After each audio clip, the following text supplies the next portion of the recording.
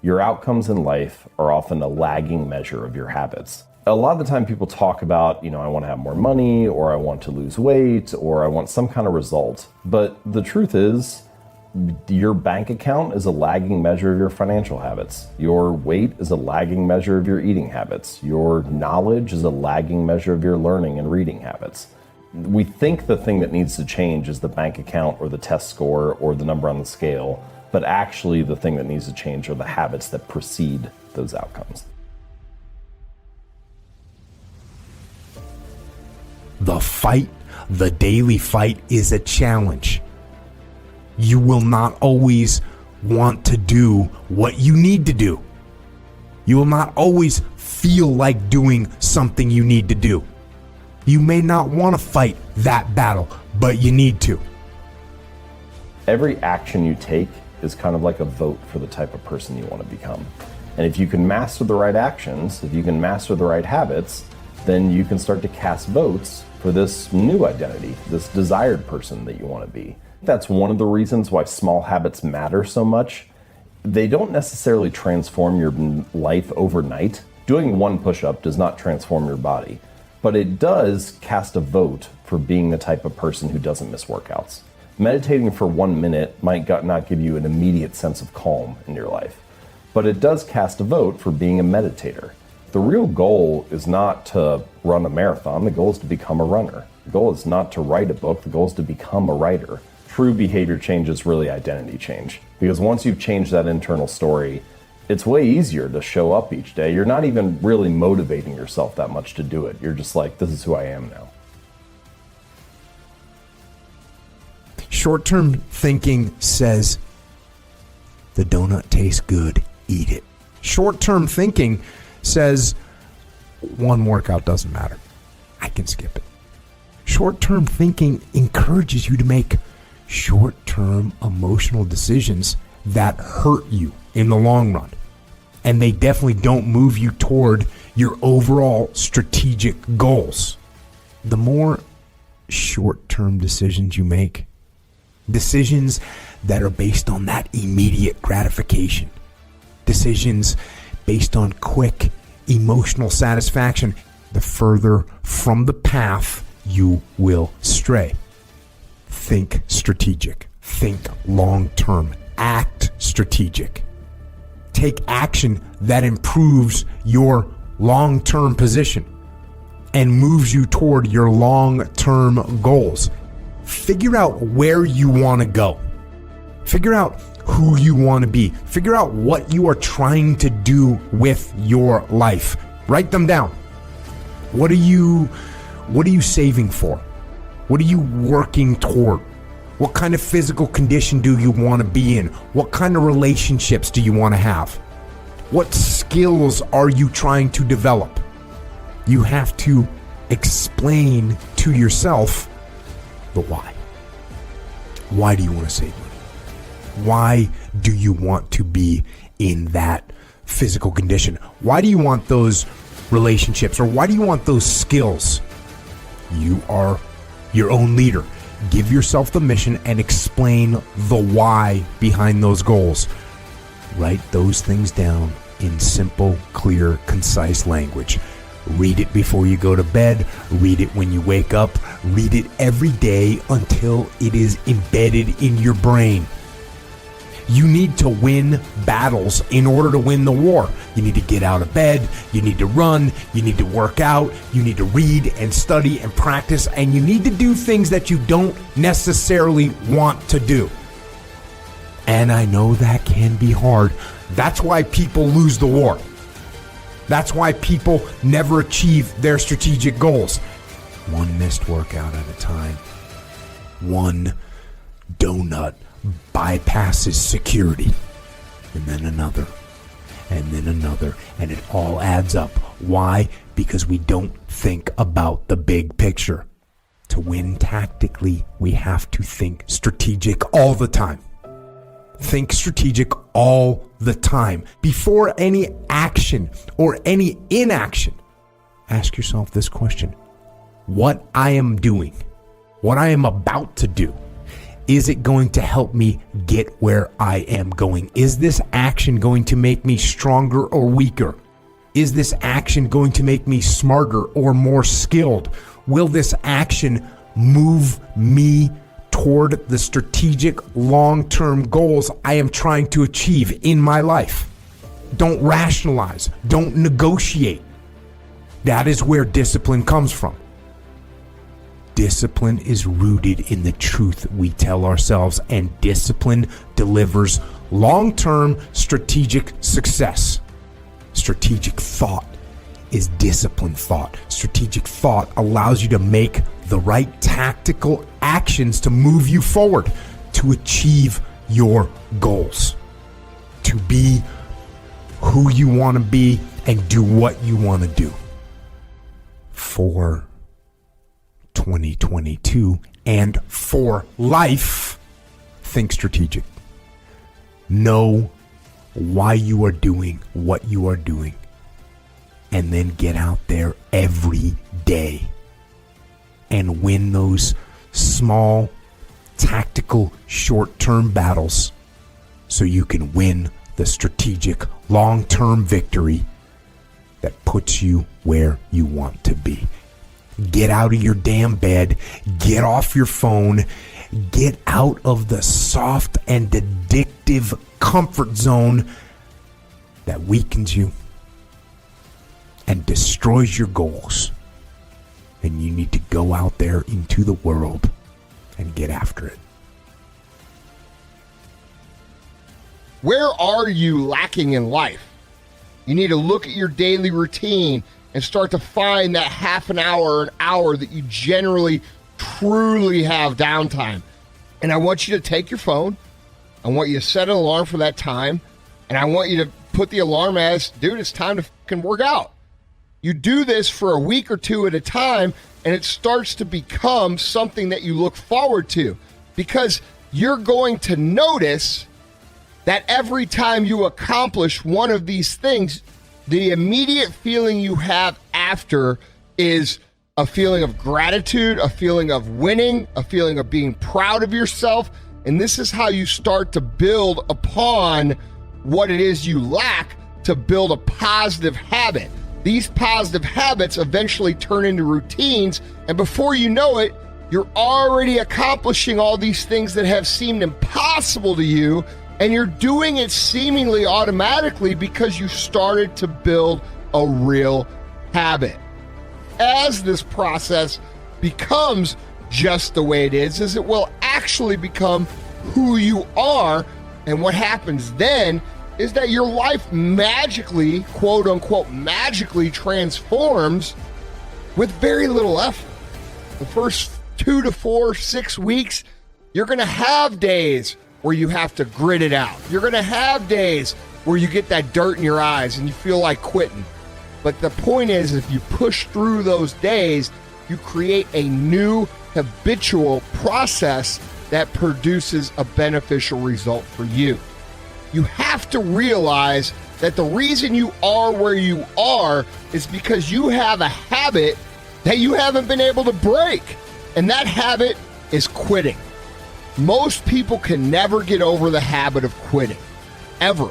Most marathon runners don't just decide, I'm going to run a marathon and go out and do it. Now, I know a couple of guys who have done that, but that's just not the norm.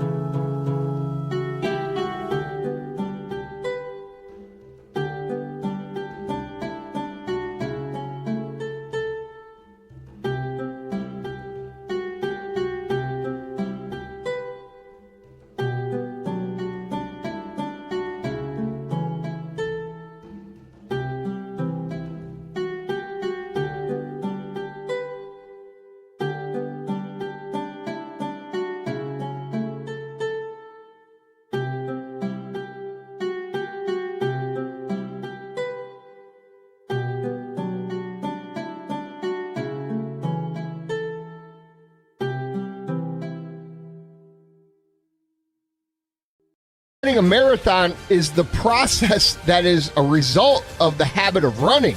People who start running, they eventually, the first couple weeks, they're like, this sucks. They stick with it, and they eventually start to form a habit that they continue to build upon. And this is the same in every single area of life, whether it be dieting, whether it be working out, whether it be maintaining healthy relationships, whether it be becoming financially successful. Consistency is always the key, and you have to put work into developing, and I mean conscious work, into developing your routine and habits. Because if you don't, it will always be a fight. It will always be a struggle, and that's not what we want to live like. And that starts by being conscious of how we create habits, being conscious of which habits we have, and being conscious of implementing the habits we have in areas that were great into areas that we struggle. It's necessary for you to foster these habits in multiple areas of your life. That's the big kicker here. You can't just win in one area and then let the other.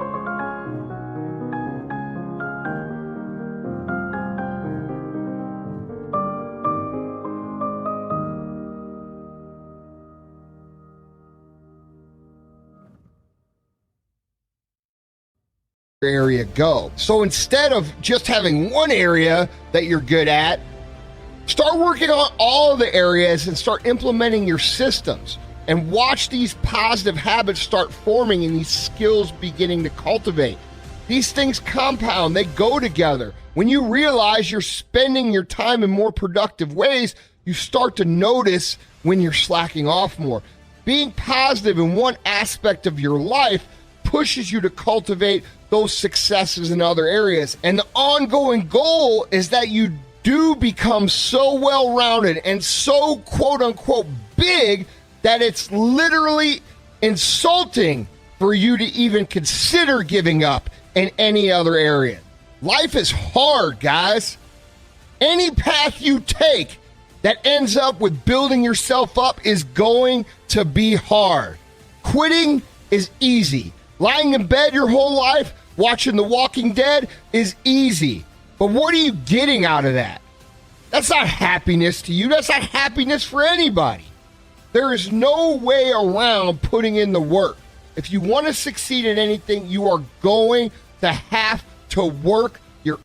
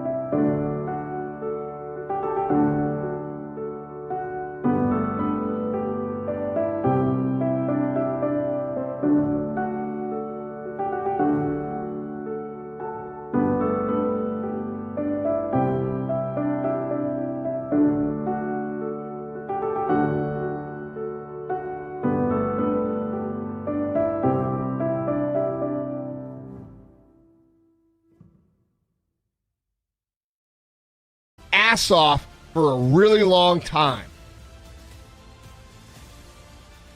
The reason why we go back to old habits is because our goals are too lofty. We're not achieving our goals fast enough. We're very impatient nowadays. We're not proud of ourselves for the small accomplishments. What we need is we need this monstrosity of the thing to happen and say, I did it. Nah. There's a process that you have to go through, and patience is the process. You have to learn, what do you want in your life? We have so much influence coming at us that we are so lost. We don't know what we want to do because we don't spend enough time with ourselves. And it's okay to sit in a room by yourself in a chair and just think about you, where I want to be, where do I see myself tomorrow, the next year from that. And it takes a lot of self-discipline.